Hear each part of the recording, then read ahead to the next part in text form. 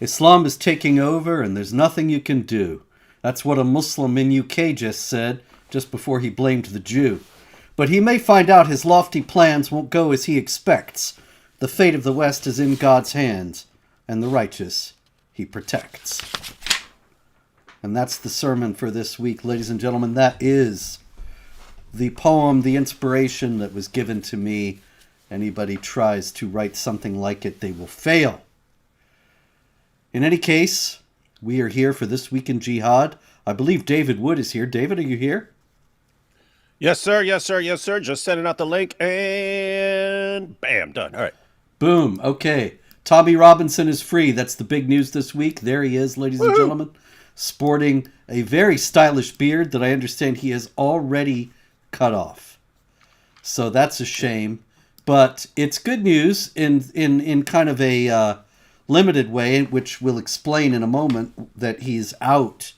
But can you give us some of the background here, sir?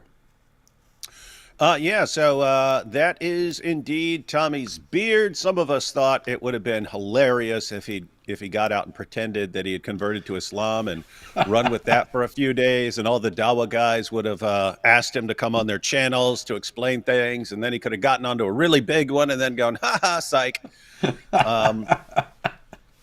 But no, he went and shaved it. Now, what's interesting, Robert, and I'm thinking about making a quick little video about this, is he's got a cross and a rosary there. Yes, I thought that was interesting indeed. Yeah, I'd always thought that I thought that he was an atheist based on things that he said, but I can't think of anything specific. But I asked people during a live stream yesterday, and everyone said, yeah, he was an atheist or an agnostic or something like that. So. But then Tusi from Tusi TV said that he converted in prison. But I only heard that from Tusi. And then, of course, Tommy's there wearing a cross. So anyway, it'll be interesting to see what actually happened. But yeah, Tommy spent 7 months in solitary. Incredible. I've been locked up before. One, I've never seen anyone in prison for the kinds of things that Tommy was in prison for. The sort of like contempt of court and doing this and that. These are things that you would get in the U.S. Even if you like really push something really hard, contempt of court or something like that, you're talking a fine, and you're talking like, what, 30 days in jail? Or normally contempt of court, they put you in jail and then you get out a couple hours later or something like that. But if it was like extreme contempt of court, you're talking like 30 days in jail or something like that. But anyway, so he does all these things, which should be, even if he's guilty, should be something like a fine or something like a quick jail stay. But they keep putting him in prison. And then when he's in prison now, Robert, I was told the entire time, so these entire 7 months, whenever I bring up Tommy being in solitary, and I would say something about it, people would say, yes, but he wanted to be in solitary. He was given the choice of either being in solitary or being put into the general population. He doesn't want to get killed, and so he chooses solitary. He got outside. That's a total lie. He told them, I would rather fight every day of my life than have you just like destroying me psychologically. So he wanted to be in general population. They wouldn't let him. But I have to say, I do have a little experience being in solitary. I wasn't there being punished. I was in there because of mental health issues. So anyway, they'd stick me in solitary. And if you spend some time, significant amount of time in solitary, you start acting weird. And I don't know why. Probably ask people about this, but I think it's just when you're communicating with other people, you're using a part of your brain. And if you're not around other people communicating and interacting, you're just not using that part of the brain, and it just atrophies like a muscle or something like that. And then by the time you start talking to people, you're acting weird. So I'm saying that from experience. I've seen that before. And when he got out of prison in 2018, he was acting like he had PTSD. He was acting weird. He looked like messed up in his face. So what's interesting is I thought he was going to be significantly worse because that was just after a couple months in solitary last time. So I thought he was going to come out significantly worse this time, but just seemed like his regular self, and instantly was calling for a rally and instantly giving speeches and stuff. So anyway, it's a question of why he's so much better off this time than he was last time. And got two basic theories. One, he came out with two massive carts of mail. I'm talking like huge bins of mail that had been to people who wrote him while he was in prison, and he said that's after they'd already brought out several loads of mail. So, and he said he read everything. So people were writing him constantly. That probably helped. And the other thing is, if he was getting right with God while he's in there somehow, that probably helped him. But anyway, he's noticeably better getting out of prison than he was last time. Yes, and yet it's May 28th. In a week, he's due back in court, and is very possible that he will go back into prison, especially in light of the fact that he has said that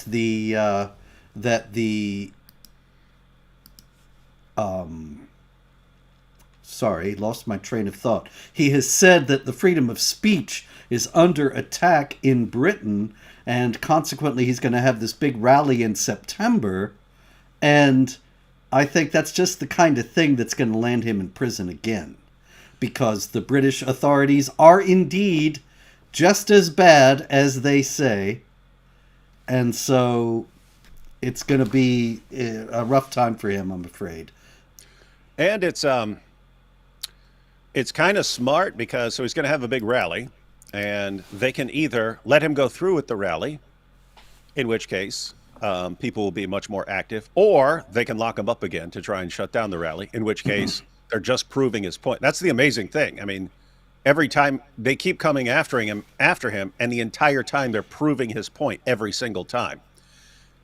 So yeah, it's wild stuff. I just have to say, is everyone in the U.S. is as messed up as things get here. Just rejoice that things could be significantly worse. You could be in the UK. Yes, and there are people there who speak out about these issues to some degree, but nobody has been out there talking about things that nobody else dares to talk about the activities of the Muslim rape gangs, the Islamic character of the rape gang activity.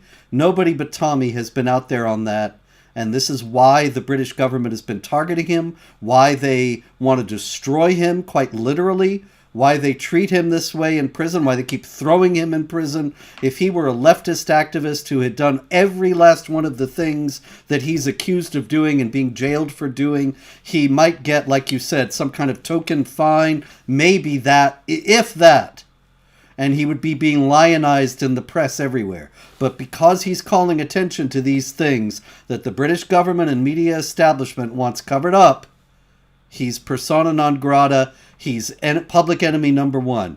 And so, there are people who they criticize Tommy. I've known Tommy myself for many years, and sometimes people come up and they say, well, Tommy does this or that.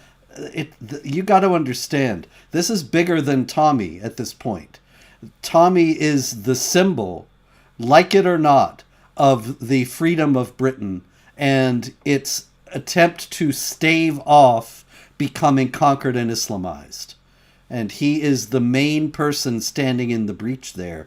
Everybody should be standing behind him if they want to see Britain continue as a free society. Yeah, and for people who weren't following it back in the day, hey, everyone, how you've heard of these grooming gangs, and that tens of thousands of young British girls were groomed, raped, gang raped, drugged, pimped, and so on? You still may have not heard about that if it weren't for Tommy Robinson, because everyone was trying to cover it up. All the politicians were trying to cover it up. To be fair, there were a couple of exceptions here and there and stuff, but they'd just get drowned out, and they'd be targeted if they brought it up. Journalists across the board, everyone knew what was going on. Everyone in places of authority, they all knew this was going on, and they were all keeping it quiet because they were told, if you bring this up, you're a racist, because you have to say it's a bunch of Muslims raping a bunch of white British girls. And so it was just, they all knew, keep your mouth closed about that. They were all terrified. And Tommy Robinson was by far the main guy who was blowing the whistle on this thing. And what did they do? Congratulate him? No, they have been at war with him ever since. And so Then they've been blasting him on this for years. That's why they're going after him. But he kept speaking more and more and more until eventually politicians and journalists actually had to comment on it, and people around the world find out about it.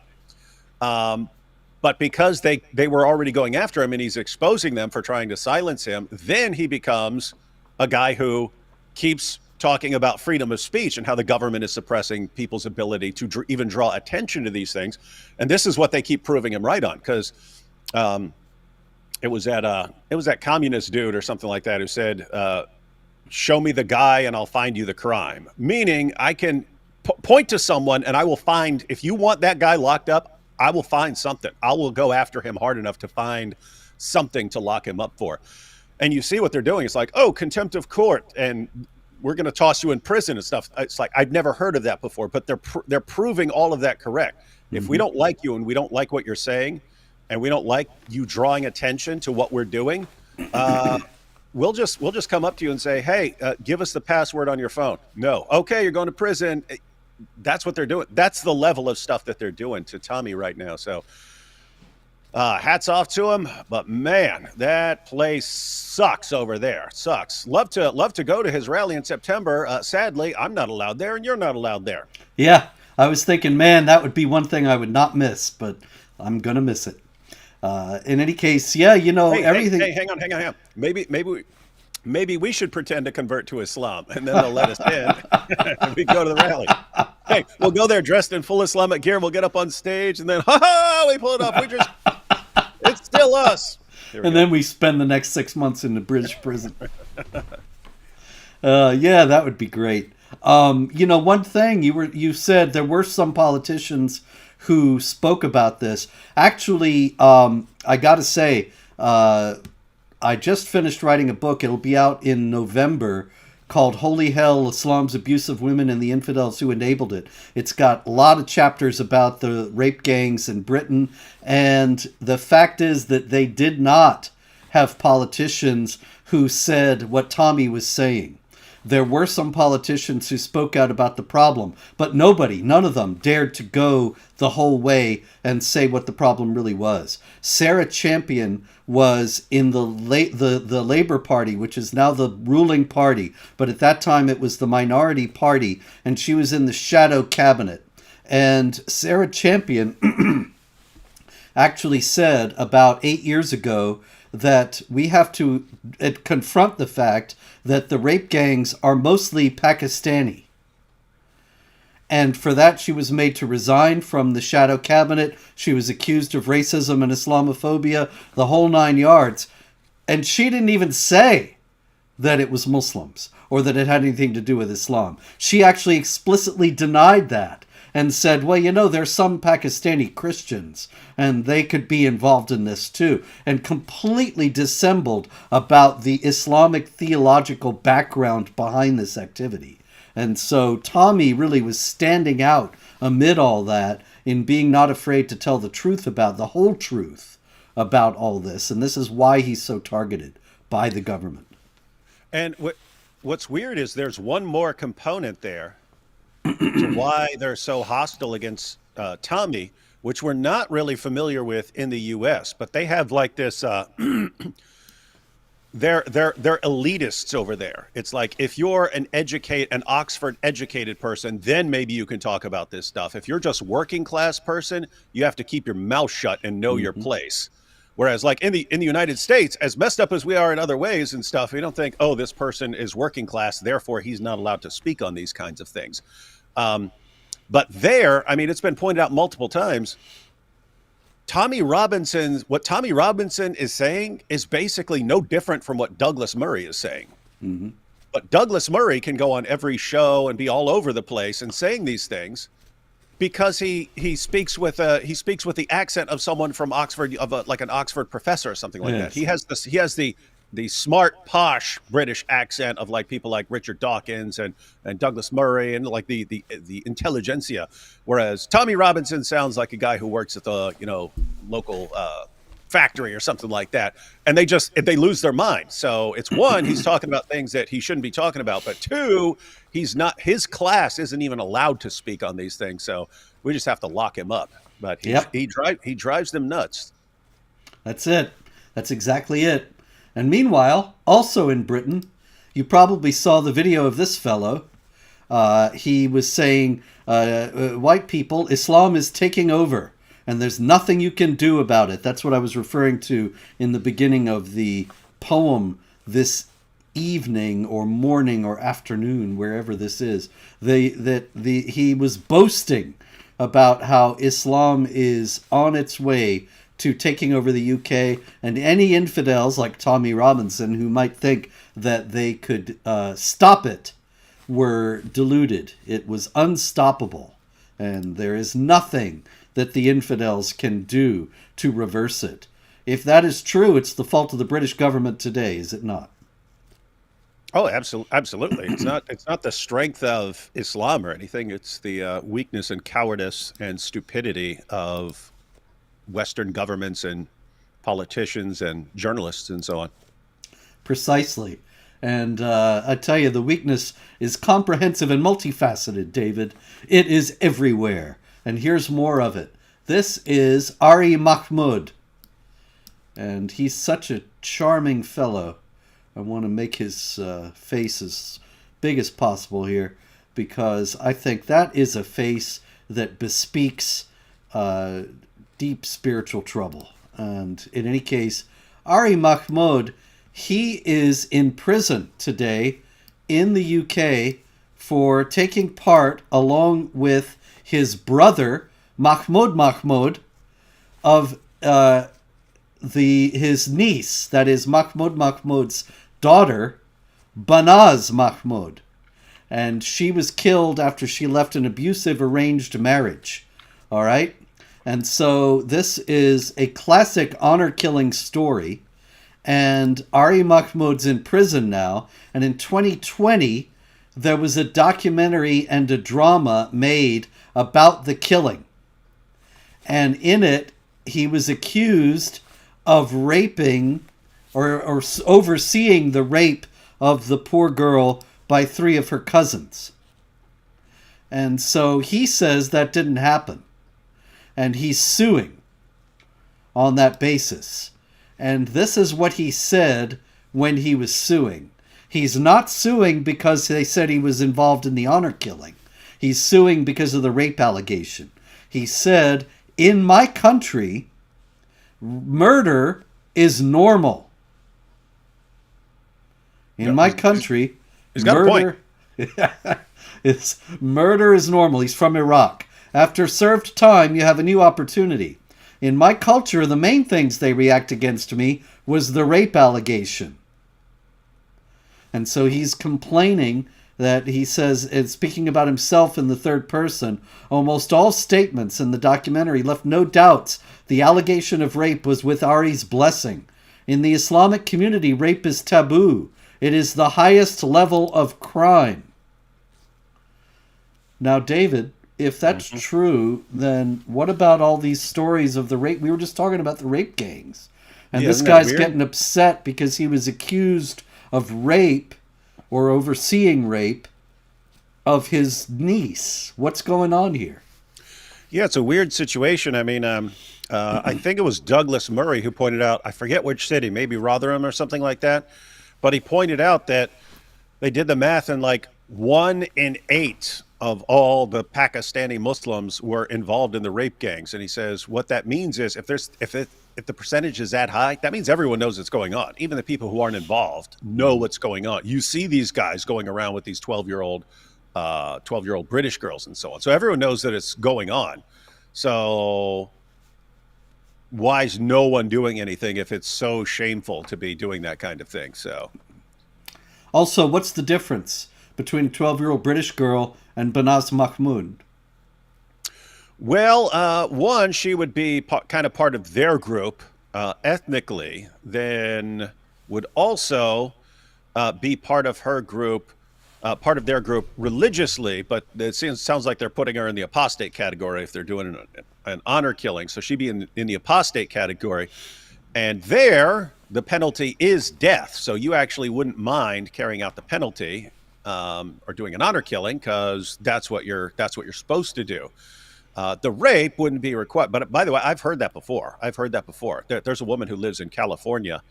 She never wants to go public with this, but she's told people, she shares it in private. She doesn't ever want to be known for this. But anyway, she left Islam, and it was her uncle. Her uncle got a group of men together and basically said, okay, if you're choosing to be a non-Muslim, we're going to treat you like a non-Muslim. And they gang raped her.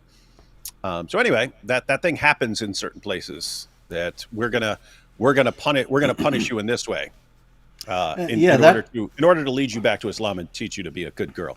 It's also very common in the Islamic Republic of Iran that women who are imprisoned are often raped, especially if they're getting the death penalty, so that they will end up in hell. Because if they're raped, of course, it's their fault for enticing the men and not preventing their arousal, and consequently they will be punished in hellfire. And so a lot of times women who are about to be executed are raped first, so that not only are they killed in this world, but they are then tortured forever by Allah in the next. And so that also is part of the mindset. But all that would lead us to the conclusion that Ahri Mahmood may be putting us on here. He may not be being 100%. I know it's hard to believe, but he may not be being 100% honest. Or maybe he thinks that if he can make this stick, he can get a good payday out of the British courts, which I think is probably a very good assumption.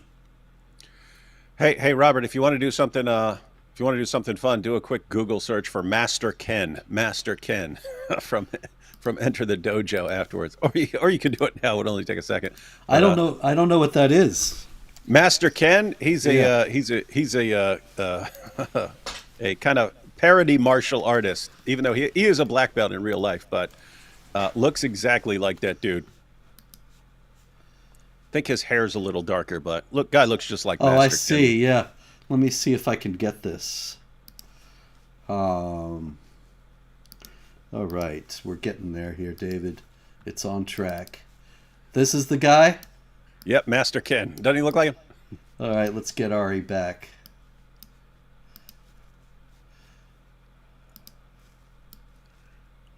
Yeah. You see it now? Oh, dear.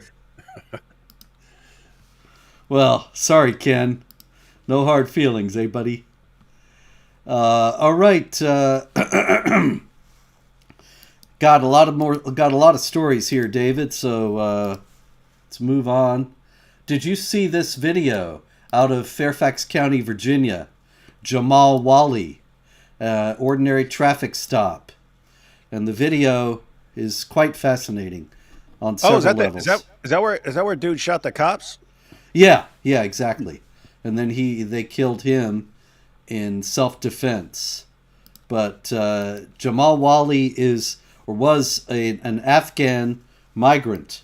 He aided the U.S. military in Afghanistan and was brought over here after the war. And I thought it was very interesting. The first I heard about this story was on a local network story in the Fairfax County, Virginia area that somebody sent to me, and it had parts of the video interspersed with commentary from the news people, the anchor people. And it was very interesting because at one point in the video, Jamal Wali says, "I should have served with the Taliban. They're better than you." And so I'm watching along this video, and it was wild because you hear him say, "I should have served with the Taliban," and then they cut off and they go back to one of the network talking heads talking about the whole issue. And I thought, did he say Taliban? What?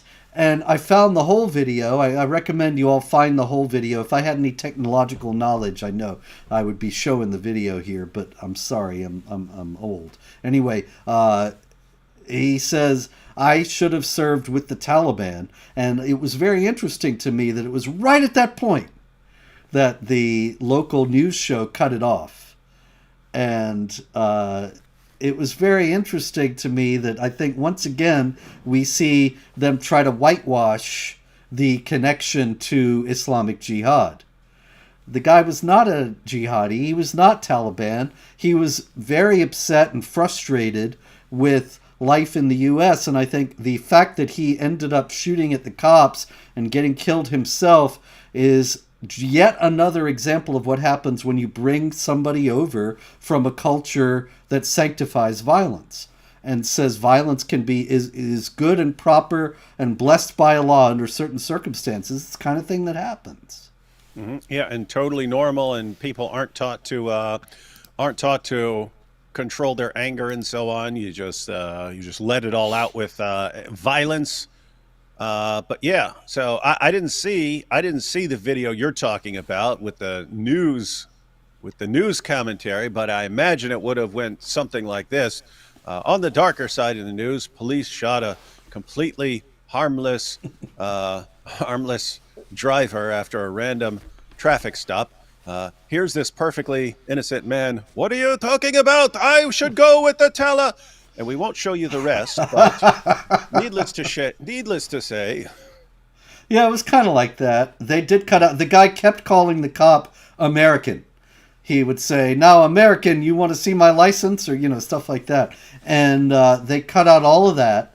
Anything that might give you the impression that he was not happy in the country, that he had sympathy for the Taliban, none of that was in the report. It was a very interesting example of how the news media whitewashes jihad news or jihad-related news. Like I say, this guy wasn't a jihadi, but he comes from a place where you don't like how things are going, you start shooting, and that's what he did.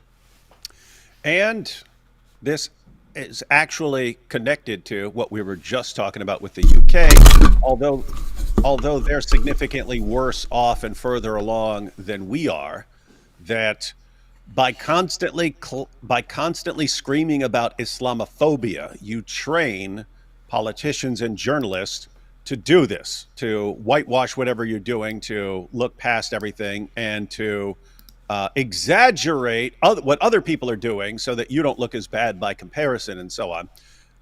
So that's the situation in the UK, and the end result of falling for that, the end result of politicians and journalists falling for that, is you get things like the rape gangs, and it continues for decades, and no one calls it out because everyone is terrified. Just keep in mind. So you have the same thing in the US, and it's groups like CARE that are working tirelessly to create that sort of environment where after an Islamic terrorist attack, they don't want you saying that there was an Islamic terrorist attack. They don't want you mentioning Muslim. They don't want any mention of a Muslim anywhere in the article and so on. And so they scream Islamophobia whenever anyone points out what's going on. And the goal is to create a society where everyone is terrified to point out what's going on. And they can program entire governments over time. It takes a while, but you can program entire governments to carry out Sharia compliance for you. And that's exactly what we see going on with Tommy. Exactly.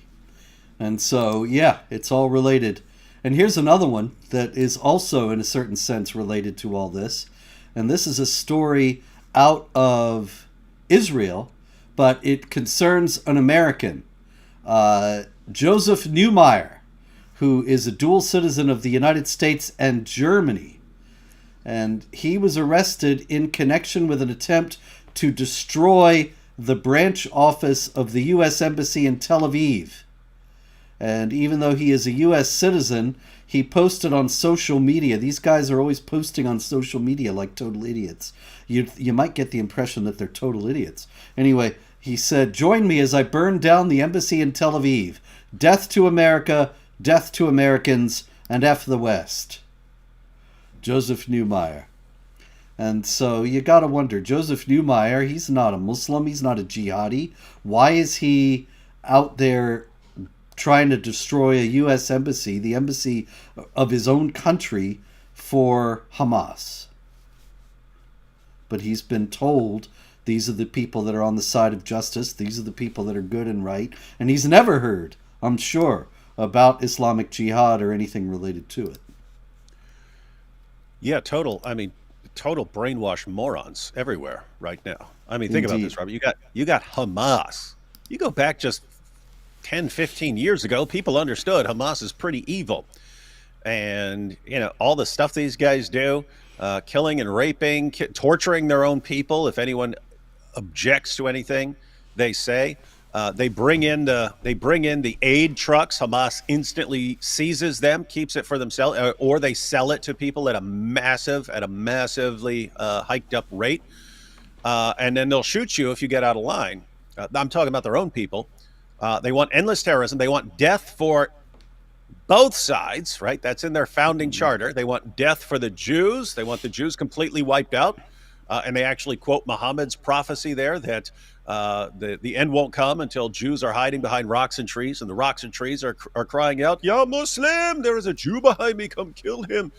So they admit that in like Article 7 of their charter. And then the very next article, Article 8, says that their loftiest goal is death for the sake of Allah, for themselves. But I mean, think about that. We want our enemies dead, and we want to die too. That's the definition of a death cult. You've got all these idiots on every college campus in America going, "Oh, these are the heroes. These are the brave, wonderful people." It's like, you're lunatic. This is an actual death and rape cult, and you're worshiping them. Yep. It's crazy times. Speaking of crazy times, this is Tarek Bazrouk. And you can see that Tarek Bazrouk was one of the people out there demonstrating in favor of Hamas. And there he is making the one-finger ISIS salute, or the one-finger Tawhid salute, whatever you want to call it.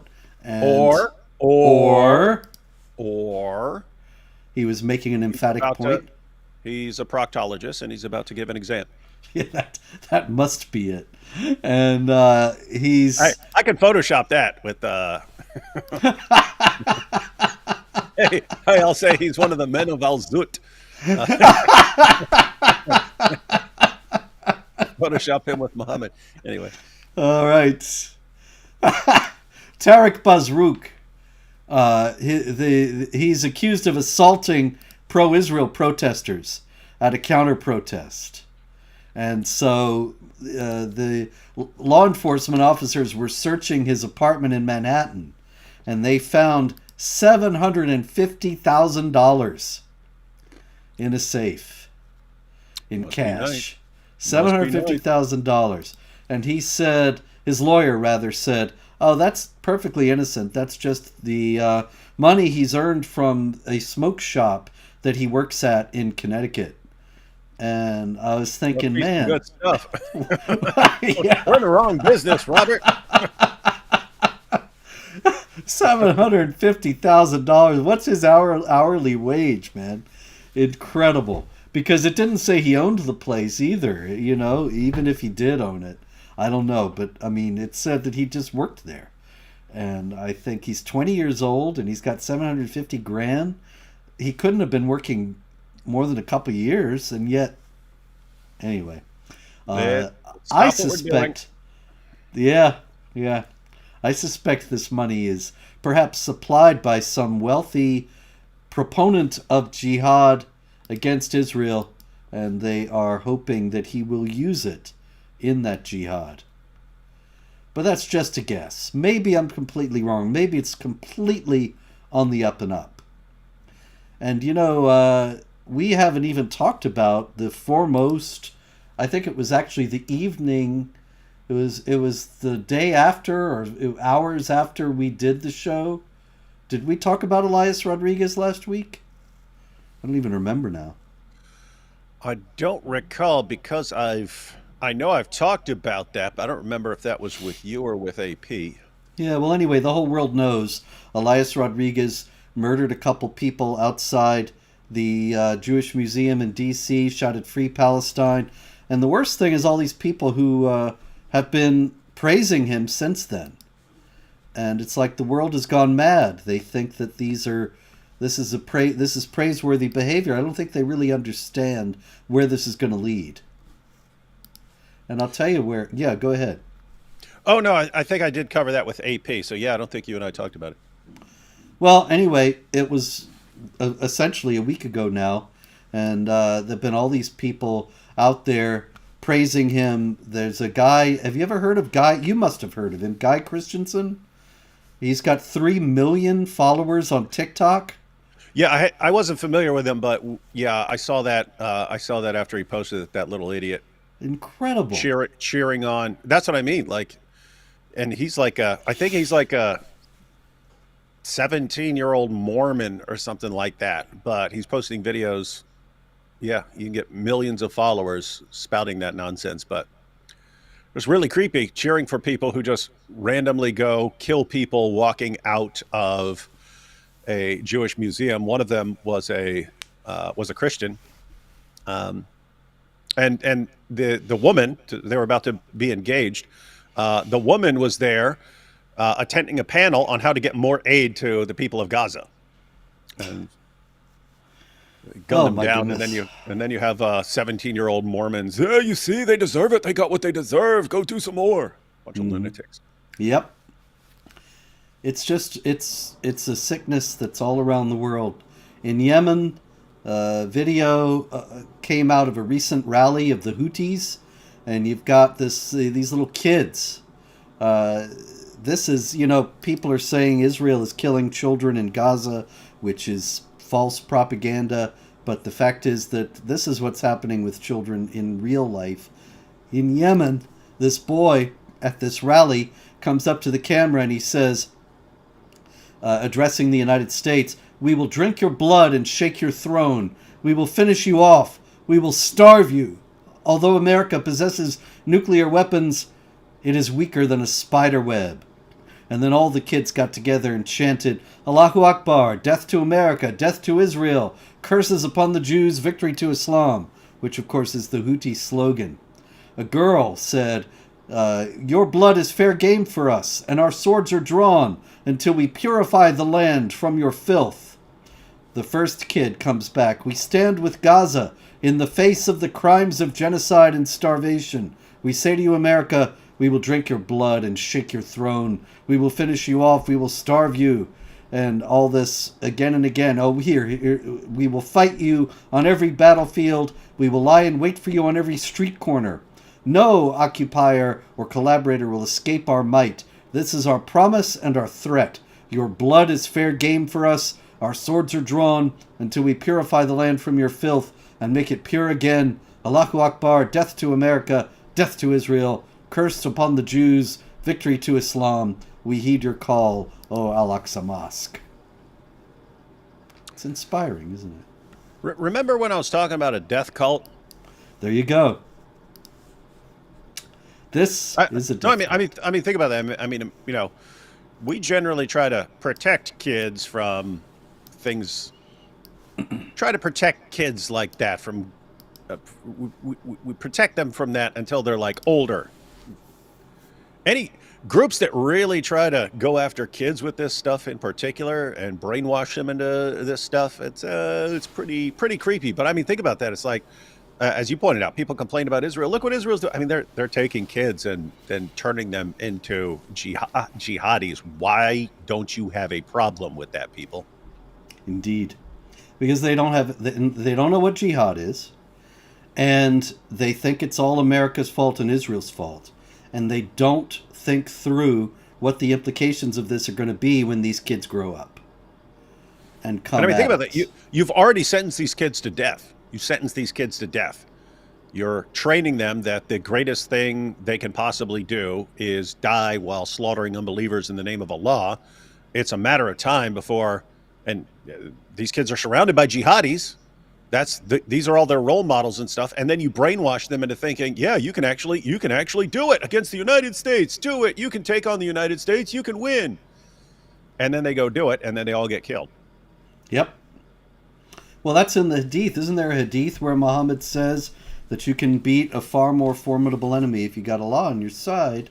And of course, that's the whole lesson of the Battle of Badr. It's stressed in the Quran as well. So they don't have a chance, these kids. It's just weird. I mean, have you seen Muslims win an actual battle in a long time? My goodness, that's a good question. You'd probably have to go back to some Ottoman battle. Yeah, Constantinople. There's probably one after that. I know. I've read the history of jihad, Robert. Robert, there's a book called The History of Jihad. You need to Is that read it. right? Yeah, Really? yeah, yeah. That sounds great. People don't people don't know if they don't follow Robert on X that people always Yes. Robert, people who aren't familiar with Robert will respond to some random tweet he makes. They'll be like, "Robert, you need to learn about jihad." Yeah, there was that guy the other day. You need to learn the history of jihad. Yes. You never know. I'm sure there's more. There's always more. Germany, David. Germany. 24-year-old man last Tuesday night. Walking around in Berlin. 5 unknown men come up to him. Ask him if he's a Muslim. He says, "No, I was baptized a Christian." And so they start beating him repeatedly on the head. He suffered facial injuries. The attackers, according to Bild, the German publication, are believed to be men of Arab descent. What was your first clue there, I wonder? In any case, so that's something we've seen all over the world, is it not? They ask him if he's a Muslim. He says he's a Christian. They start beating him, like the Westgate Mall in Kenya, or St. Cloud Mall in Minnesota. All right, this was a story that I found particularly distasteful. This is a church in Athens, Greece, and you see that it has been covered with graffiti. Zionists not welcome. Interesting to note that the graffiti is all in English there in Athens. All Israeli soldiers are war murderers. Palestine will be free, free Gaza, stop genocide, etc. So, it's a shame. I was in Athens last year, and it's a beautiful city. And one of the wonderful things about it, particularly for me as an Orthodox Christian, is that there are Orthodox churches on practically every block. You're just walking along, and there's a little Orthodox church. You go in, the beautiful icons, you say some prayers. It's just a wonderful city in that regard. And these people tagging it with this, it's interesting because, after all, what on earth does a Greek Orthodox church in Athens have to do with Palestine and Israel? Not much, except you have Quran verses that the Jews and Christians are allies of each other, and then of course you have Muslims who still have a problem with the Greeks because of the problem with the Ottomans and so on. But yeah, it just seems they go after any non-Muslims in these situations. I have been to Greece multiple times, and I have noticed that the graffiti is generally in English. They understand, hey, you want to get it out there, put it in English. Yeah, they want the international news, and so that's why they're writing it in English. Also, everybody speaks English, pretty much, in Athens anyway, I found. In any case, okay, we got other graffiti out of France, and that is... All right. It's going to be right over here, David. I got them all together. There we go. That is a cemetery. It's a close-up of the graffiti, but this is a picture from a cemetery in France, and 58 graves in this cemetery were covered with graffiti such as "Submit to Allah," or, as this one shows, "France belongs to Allah." Other tombstones were covered with the word Gwer, G-W-E-R, which is a word, I believe the Turkish word, if I'm not mistaken, for unbeliever, for infidel.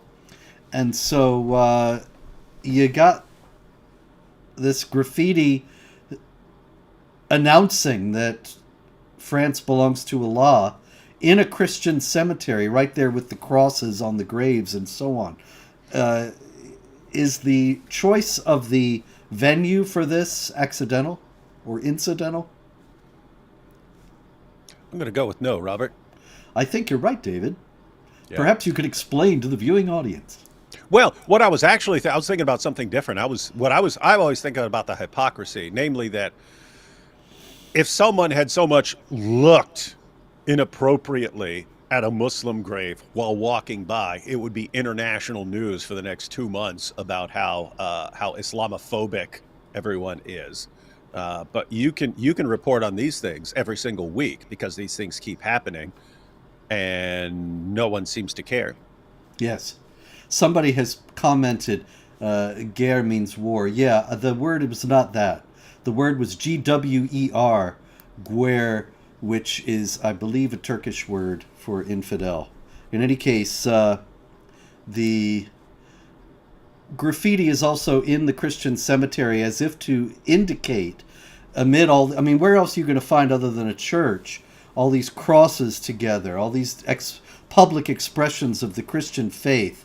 And so you get there all these declarations that Allah is supreme and Allah will conquer. It's once again showing, Islam is superior, Islam is victorious, Islam must dominate and not be dominated, as Muhammad said. And so it's always about supremacy. But make no mistake, these things are not accidental. Okay, we have my favorite country, Iceland. We had an interesting story. Out of Iceland, there was a stabbing. And there was a video. I don't know if you saw the video, David. But the video, this is a still from the video. This fellow over here on the left, he stabs a guy. You don't see that on the video, but you see him with his big knife. And then the lady with the hijab and this other guy come walking out toward him. And then you see the victim, and he's clutching his side where he's been stabbed. And you see this guy, and everybody's yelling. And that's basically the whole video. And this was reported in the English language Reykjavik Grapevine as a domestic dispute. And there was no other detail given about what had happened. Now, you watch the video, it's very clear that these people are not Icelandic. And by the way, somebody's saying, you have a favorite country? No, I do not have a favorite country, and Iceland is most decidedly not my favorite country. I spoke there a few years back and was poisoned by a leftist there, spent the night in the ER, and it is not... And then the charges were all dropped by the government because they didn't want the trouble. So in any case, this was the experience I had in Iceland. It's not, I was being sarcastic about it being my favorite place. So also, yet more corrections here. Turkish does not have the letter W. Yeah, it was a phonetic spelling. I don't think these guys in the cemetery are literary geniuses here. The word, I've actually seen it spelled with an OU and IAOU and so on. And so in any case, it's guer or guar. You can look it up in Turkish lexicons. In any case, back to Iceland. In Iceland, the Icelandic story tells a little bit of gives us a little bit of a different picture. They do say that it seems to be a domestic dispute, but there is a whole lot more detail.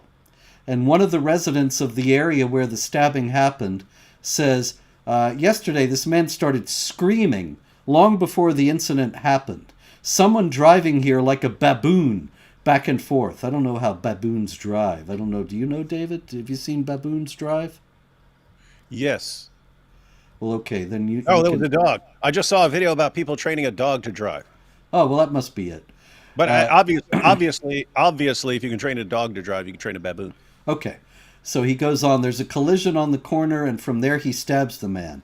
I don't know what the person who was stabbed had in his hands. Maybe it was a wrench. And then the resident of the area says, there was a shooting here at one time. Then the kids saw bloodstains on their way to school. Then another man with a machete broke down a door and started screaming. They think, and then another resident says, they think it's strange that it's like this. It's very strange in Iceland today. Do residents feel safe? No. You've heard of women who are being followed into the parking garage. They're afraid of these men. Now, where have we heard that kind of thing before? Pretty much everywhere. Yeah. But I think that in connection with migrants who are indeed overwhelmingly Muslim, the idea of a neighborhood that has suddenly become unsafe and women are afraid to go out, it's pretty clear what's happening here. It might not be, it might all be coincidence, but it's fairly clear what's happening here. And of course, the Icelandic press covers it up. The story in Icelandic gives enough detail to figure it out, but the Icelandic press in English completely ignores it. And yes, somebody says Iceland isn't ready. That's absolutely true. When I was there, this Icelandic guy, very nice fellow, one of the people who brought me over, he and I were talking, and he was saying, we're completely unprepared for this. We haven't gone to war in 1,000 years. And these people are coming in, and they're acting aggressively and sometimes violently, and nobody knows what to do. And of course, I was treated like the great villain for saying this is an Islamic Jihad problem, and ended up getting poisoned for calling attention to it. So Iceland is going to go the way of everybody else in Europe, it looks like. Yeah, for a long time, back in I was in college. I was a double major in biology and philosophy. So I got a biology degree, and I took ecology. And for a while, I've been wanting to make a video explaining what's going on with Islam, but in terms of ecology, because you can actually read like basic principles of ecology, and it sounds exactly like you're talking about this. So what they'll say is, as far as what you were just talking about there, they'll point out that in an ecosystem, so you have, like, let's say a forest or something like that, you have an ecosystem, everything eventually reaches a state of equilibrium. Right? Because if one thing ever takes off too much and gets out of, like if one species reproduces too much, they'll use up all the resources and stuff, and so they'll start dying out, and it'll balance out again. But one of the principles was, when it comes to an invasive species, one of the biggest problems in ecology is when you have an invasive species, so something comes from a different area.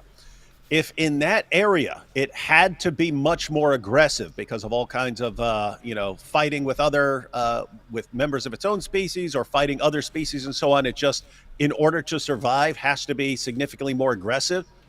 And then it moves into an area as an invasive species, in an area where things aren't aggressive and things get along, it will just completely wreak havoc, and none of the other species can actually respond to it because they haven't had to.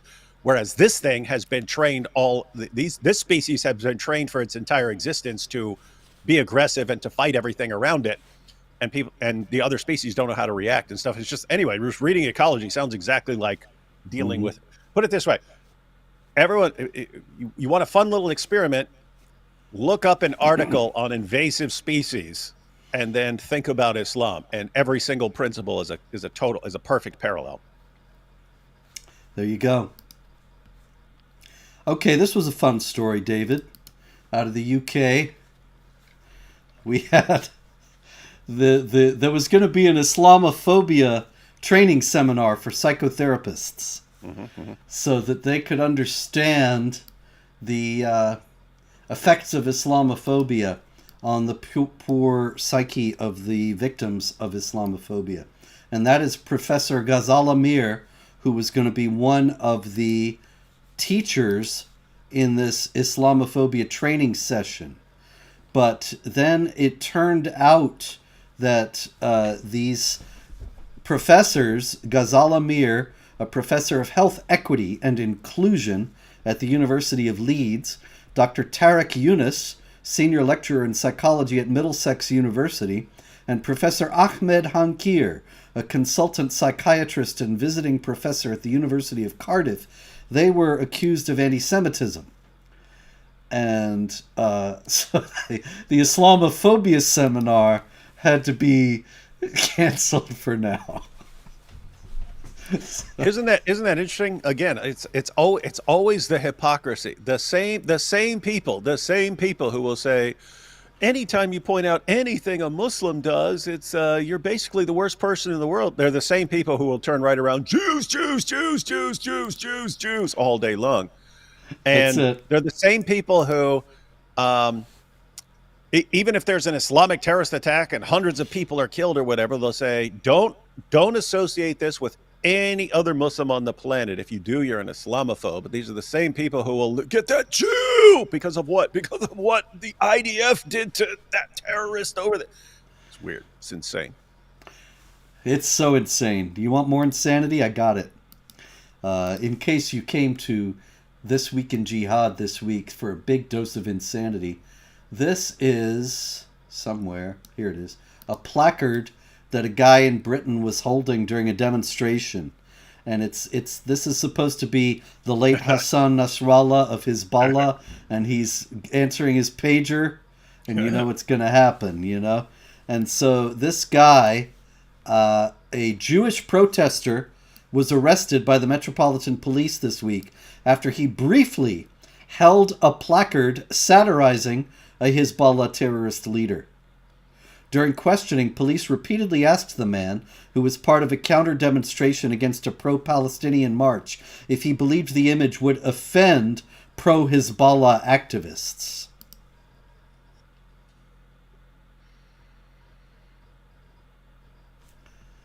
I know.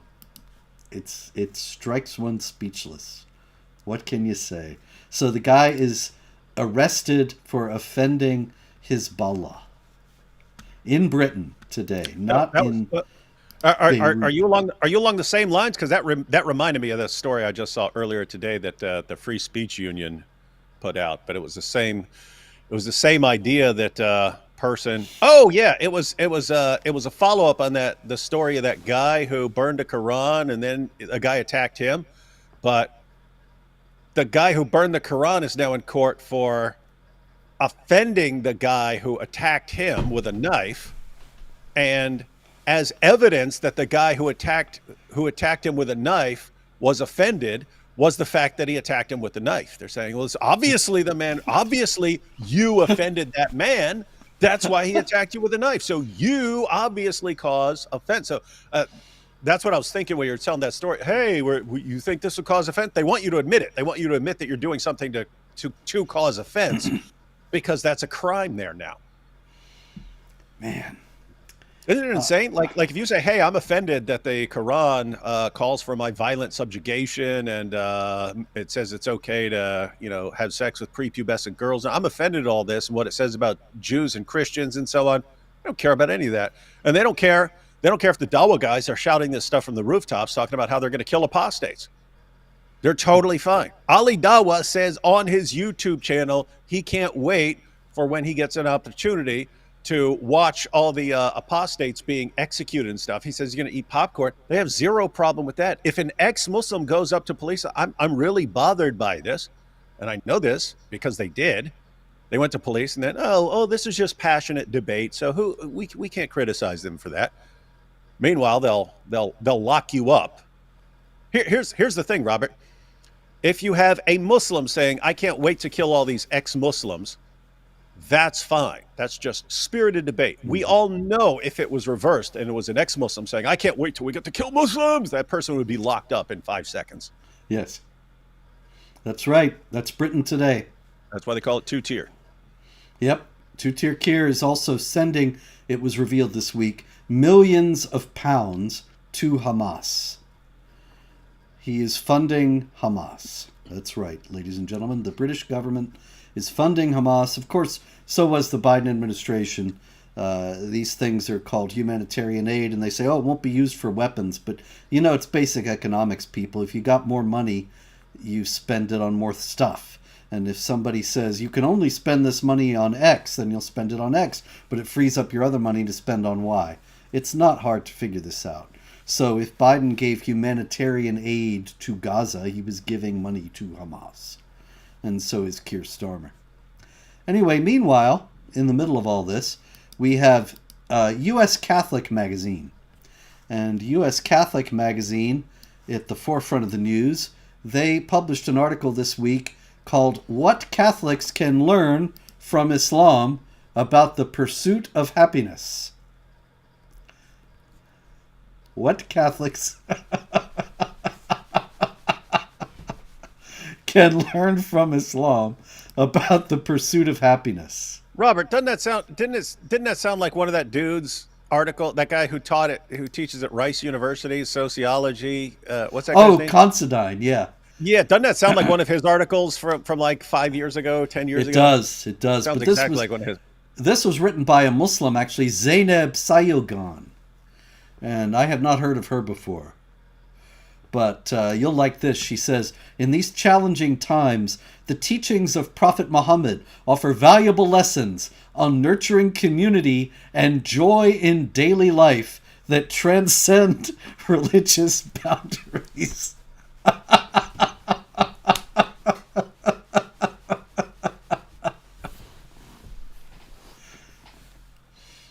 He did, didn't he? I mean, really. He has lots to tell us about nurturing community. Is this the guy? Is this the same guy who received in his revelation the claim that Muhammad is the messenger of Allah, and those who are with him are severe against disbelievers, merciful among themselves? So, By David, I believe that's Quran 48:29. Yeah. So is he the one who like insisted upon this, dare I say, 2-tier system? Maybe that's why the left likes him so much. All right, it's Super Chat time. Need a theme song for Super Chat time. Da da da da da. Am I going to get a copyright strike for that? Anyway. Here we go. Crazy Normies YT says, both of you and AP are my heroes. No, Crazy, you're my hero. Now, David Sumner, filmmaker. I noticed a common theme in the Quran. Anyone who refuses Islam must have bad motives. That's right. There's no good faith rejection of Islam in Islam. They know Islam is truth, but they're immoral in some way. You were quite right. Let's see what you got here in part 2. I was reminded how leftists accuse anyone disagreeing with them of being some kind of Istaphobe. Islam and leftism both assume all opposed must be evil. That's true. It's a good point. And it's actually it's really dangerous and leads to violence. I mean, you see this in the Muslim in their sources about Muhammad being in Mecca, and the entire time he's in Mecca, he's telling his followers, yep, when the Jews see me, the Jews will acknowledge me as a prophet because they know me. They know I'm coming. I'm right there in their sources. And then he gets there, and they're ready to laugh him out of the city, thinking it's hilarious that this guy thinks he's a prophet.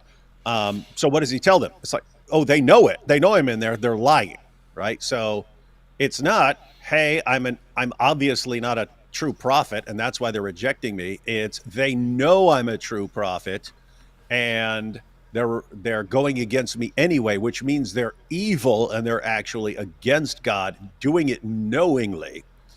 And because then according to Islam, the violence is justified because you're at war with God. You're at war with God and trying to cover up the true prophet he sent. And so, hey, it's okay to go on a killing spree.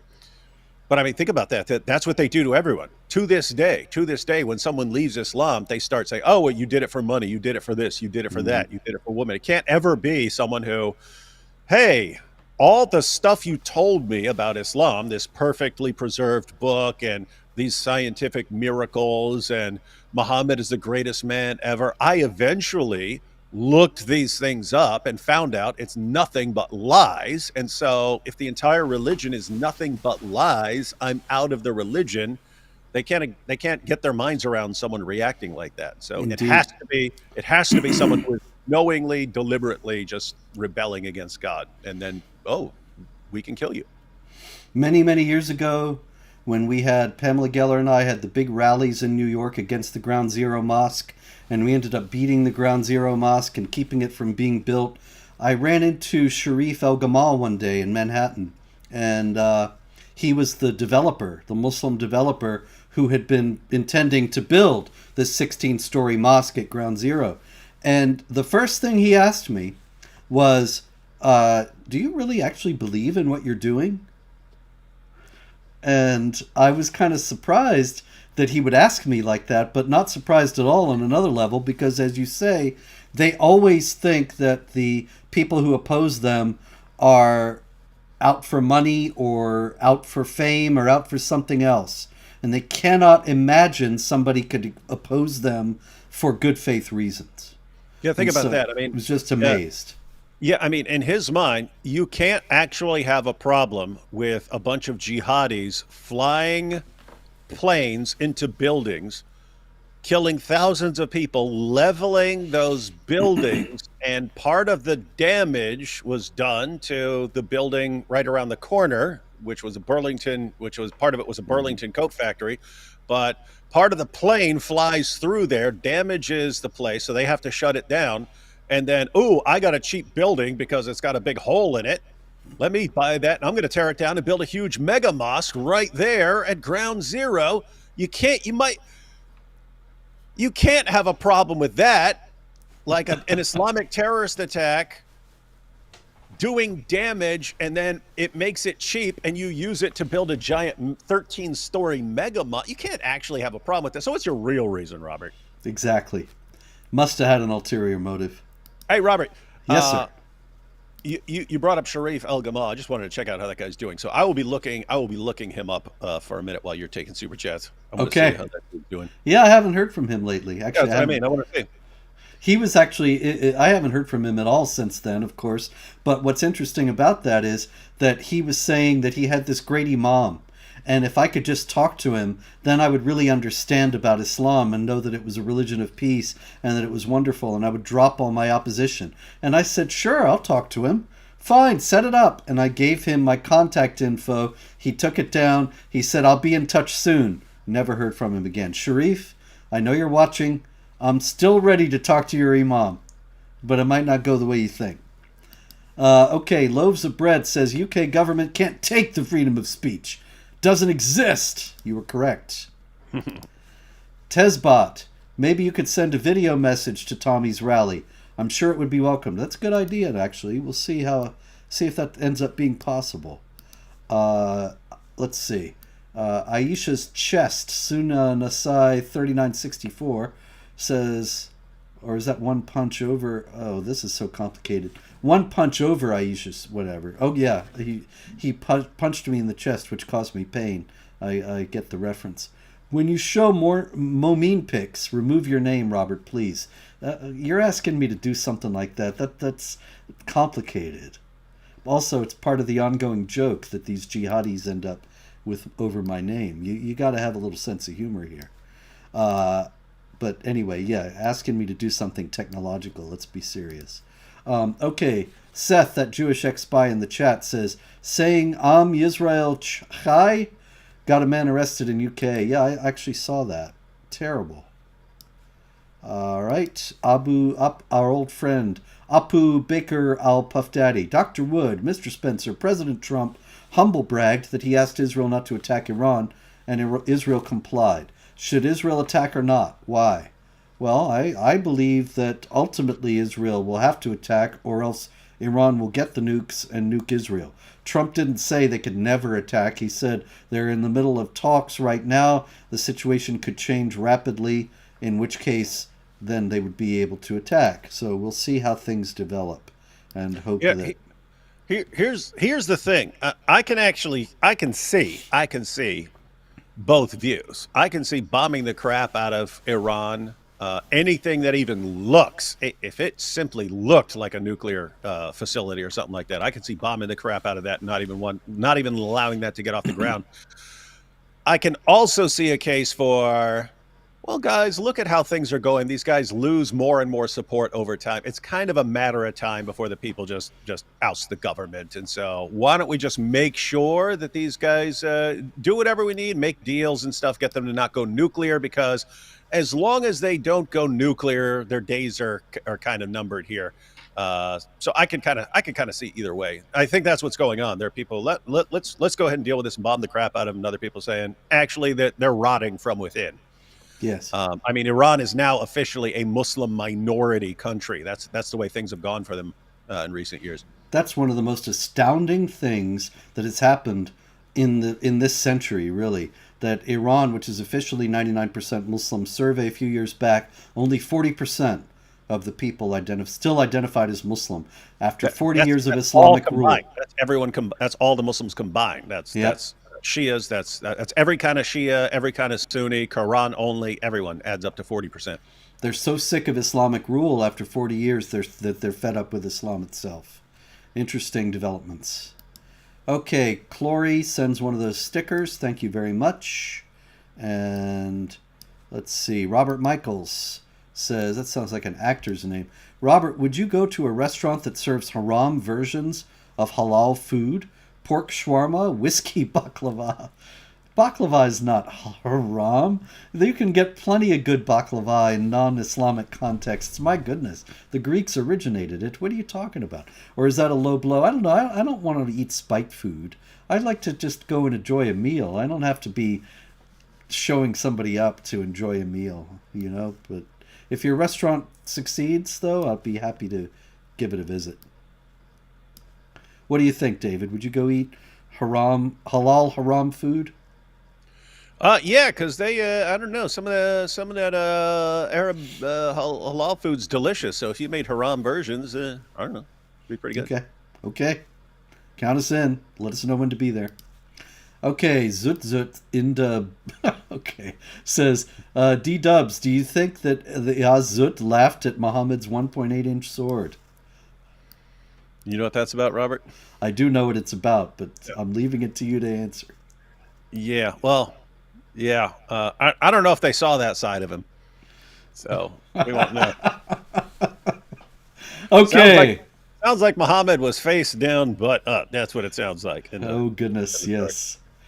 Miriam says, Mr. Robert, I love you. I love you too, Miriam. Grumpy Granny, thank you, gentlemen. Thank you, Grumpy. May I call you Grumpy, or is it Ms. Granny? Flipper says, Kurd Muslim Abbas Hangul raped 3 minors in Japan. 2 Japanese, 1 Kurdish. The leftist judge rewarded Abbas by giving his family asylum. Japan is going to be sorry if they keep that up, and that is not a threat, NSA. That is a prediction of strife coming from the migrants they are coddling. Abu Bakr al-Pafdadi, Mr. Spencer, I really enjoyed your interview on Unfiltered View. Why do Westerners still hold the belief that jihadis do not represent true Islam? Because they don't know anything about Islam, because the reality is too terrifying to contemplate, because they've been taught that to think otherwise is Islamophobic, because they've never really thought about it, and they think all religions are essentially benign and teach magnanimity. Anything else, David? Yeah, you're bombarded with this your entire life here. See, you and I came after. I mean, you and I were before the time when they're really brainwashing kids, because people just weren't talking about Islam when we were in school. But the more recent generations, and I was surprised at this years ago. One of my sons, well, 2 of my sons, for a couple years went to a Catholic school up in the Bronx, just because it was significantly better than the public school by us. So sent them to the Catholic school there, but they got to the 9/11 story. So they got to it was 9/11. It was 9/11, and they're going to talk about what happened on 9/11. And the teacher asked, so who was responsible for the attack on the World Trade Center? And I told my son previously, be careful in the way you don't talk like I talk in my videos and stuff like that. So he was careful, and he said, extremist Muslims. And he said the entire class turned at him and started going, that's racist. That's racist. I mean, he's a kid in school, and they start going, they had already been trained. Yep. He didn't say Muslims. He said extremist Muslim. Like, how else could you possibly describe them without being dishonest, right? That's the nicest way to say what they were without lying, right? So what did they say? Who did they say did it? He said the teacher eventually agreed with him. It wasn't the teacher calling him racist, so all the students started instantly just saying racist, like they've been trained that way their entire lives. He said the teacher ultimately agreed that it was Muslims who did it, but she had to do it in this weird roundabout way and so on. Well, I mean, what was getting to me was like this is a Catholic private school, and they're kids, and they're already trained as kids to instantly scream racist to anyone who actually speaks entirely truthfully and in the gentlest way of saying it accurately that you could possibly say. Very disturbing. Yep, it's not going to end well. Yeah. So anyway, the idea is if you're programmed that way your entire life, that you're actually evil if you state these basic facts. Well, it's hard to see. It's hard to catch on later on. That's why they like catching them while they're young. That's it. All right, Flipper says there's an interview with one of the Japanese girls victim of Muslim Abbas Hangul. It's heartbreaking, and the girl was 12 years old when it happened. It's a bit old for this kind of line. Cynthia Ridgely, thank you very much. And then we go back to our friend Abu Bakr al-Pafdadi. Dr. Wood and Mr. Spencer, condolences for Yaron Lashinsky and Sarah Milgram, two beautiful young people. Why do leftists take up jihad? How to counteract? What do you think, David? Yeah, so those were the two people attacked in outside the Jewish Museum in D.C. They're on. Everyone ends up on the same side. Everyone who's trying to bring down Western civilization tends to click up, and a lot of them seem to. Initially, as far as like leaders and so on, as far as people who are actually smart and coordinating things, it's always, okay, yeah, we can team up with this group and that group and that group and that group and that group. We'll destroy Western civilization, and then our group will win, and then we can deal with these others, right? Like when Muslims team up with leftists, that's what they're thinking. We'll destroy these guys later, but we need them now. We need them now. So that's how they end up. But then, that's the reasoning behind the alliance. But then the people who are products of the alliance, okay, you're just working together with jihadis your entire life, and so you end up carrying out the jihad, even though you're a leftist. Yep. Well, the left, they're socialist internationalists. Islam is internationalist and it inculcates total obedience to the ruler. As Muhammad said, obey your ruler even if he is an Ethiopian with a head like a raisin. And so the left loves the idea of an authoritarian internationalist religion. It's just the kind of thing that they want to encourage. Sarah F. says, Robert, your laugh is charming as always. Sarah, your laugh is far more charming than mine. PB Law. Robert, going to email you. director@jihadwatch.org to email me. Ordering your latest book. Thank you. It's called Anti-Semitism, History and Myth, and it's available now. I'm a lawyer and was a tech exec. Rec film Farewell to Israel by Joel Gilbert explains history of Islam and how misunderstanding West will cause Israel and the West's demise on Tubi. I have not seen that. I know Joel. I know that he does some very important documentaries, so people might want to check that out. Abu Bakr al-Pafdadi, agree or disagree with Trump cut funds to Harvard? Trump is saying they have to protect the Jewish students there. And if it were any other students, this would not be controversial. If there were Methodist students getting beat up at Harvard, nobody would say, oh, we have to protect the integrity of the academic institution. They would be saying, of course, we have to crack down on this. If Muslim students were being attacked at Harvard, oh my goodness, we'd never hear the end of it. But Jewish students, then suddenly everybody's defending Harvard and saying it's freedom of speech. It's not about freedom of speech. It's about menacing the Jewish students. It's about blocking their way to classes. It's about calling them genociders all the time. This kind of thing is not befitting what is supposed to be an institution of higher learning. What do you think, David? Oh, absolutely. And again, it's an issue of hypocrisy. I'm just imagine if it were if something like happened to one Muslim student, if one Muslim student was blocked by Jewish students or something like that from entering a building or anything like that, it would be international news for the next 6 months. Mm-hmm. That's right. Okay, Sarah says, And I Yes, have to say, in that circumstance, Muslims would be screaming to defund Harvard until they actually protect the Muslim students. that's very true. Absolutely. Sarah F., what's gayer, Houthis dancing or Night Journey? I'm going with Muhammad's night journey.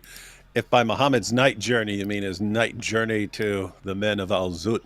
Yeah, that's really hard to top, so to speak.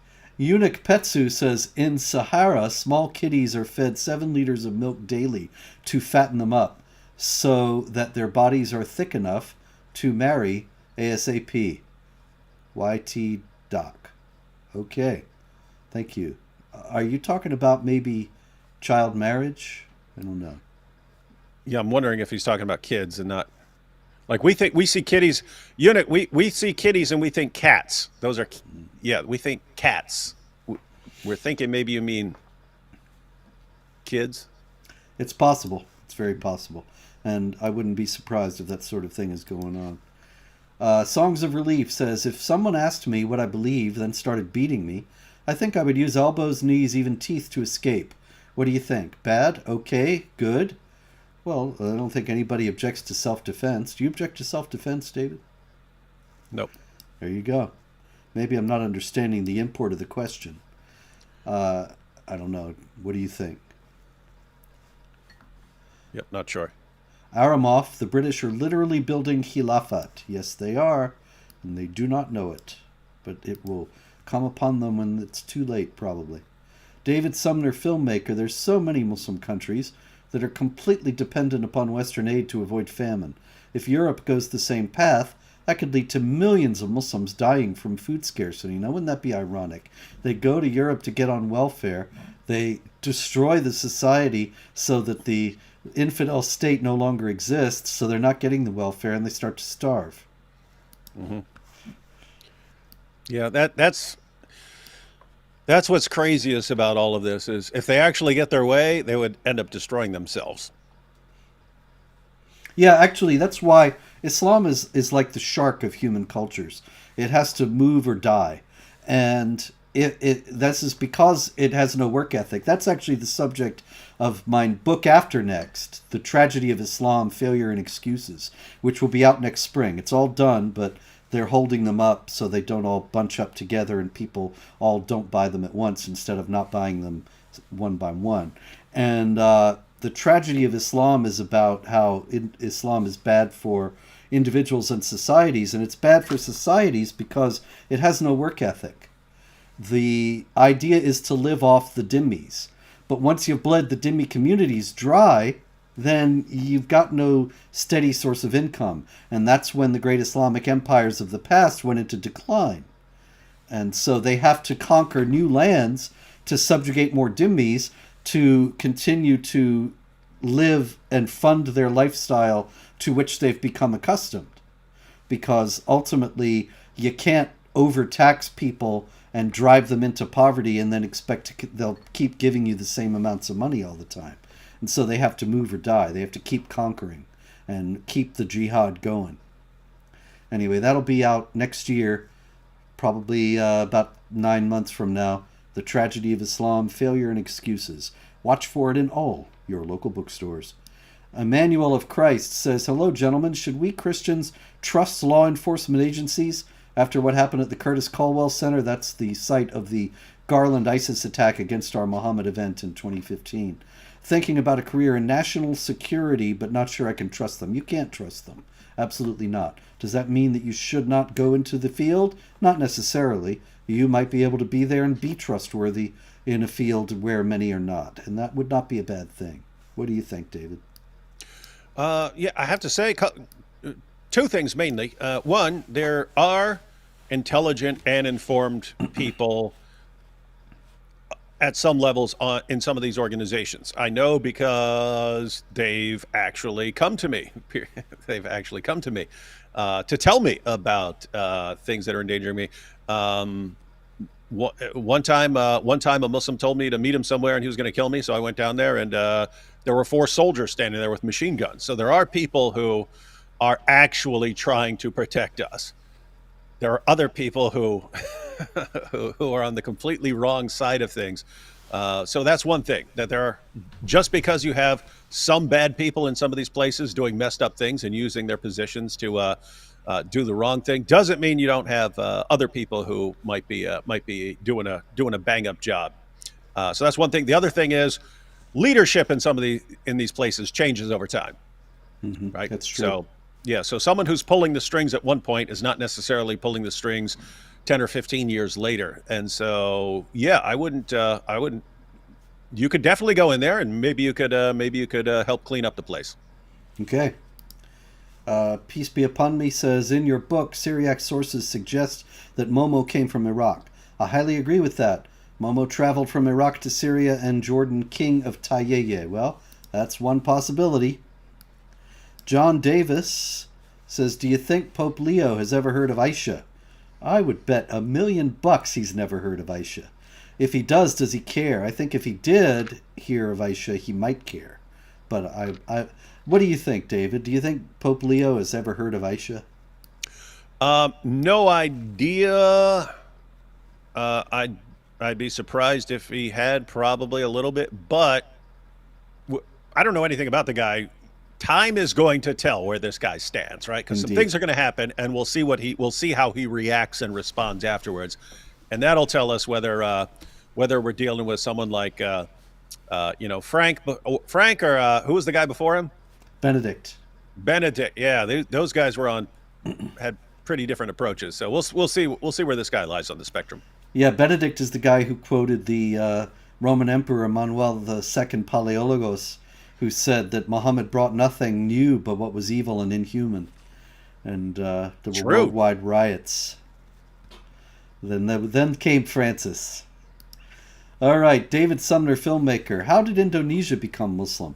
I've heard it was largely peaceful, not through conquest, but I haven't had the chance to delve deep into it. Yeah, it was largely peaceful, not through conquest, but there was quite a lot of pressure from various forces involved in it. This is something I think I need to write about because there's a lot of misunderstanding. People think that Indonesia is the one place where everybody decided that Islam was wonderful and started to convert to it. It's not really that simple. It became a symbol for, in the first place, opposition to the Dutch colonial rule.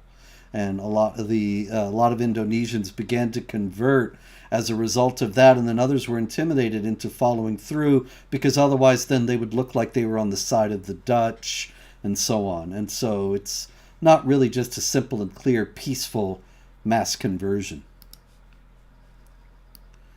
Okay, we have some Bible summary.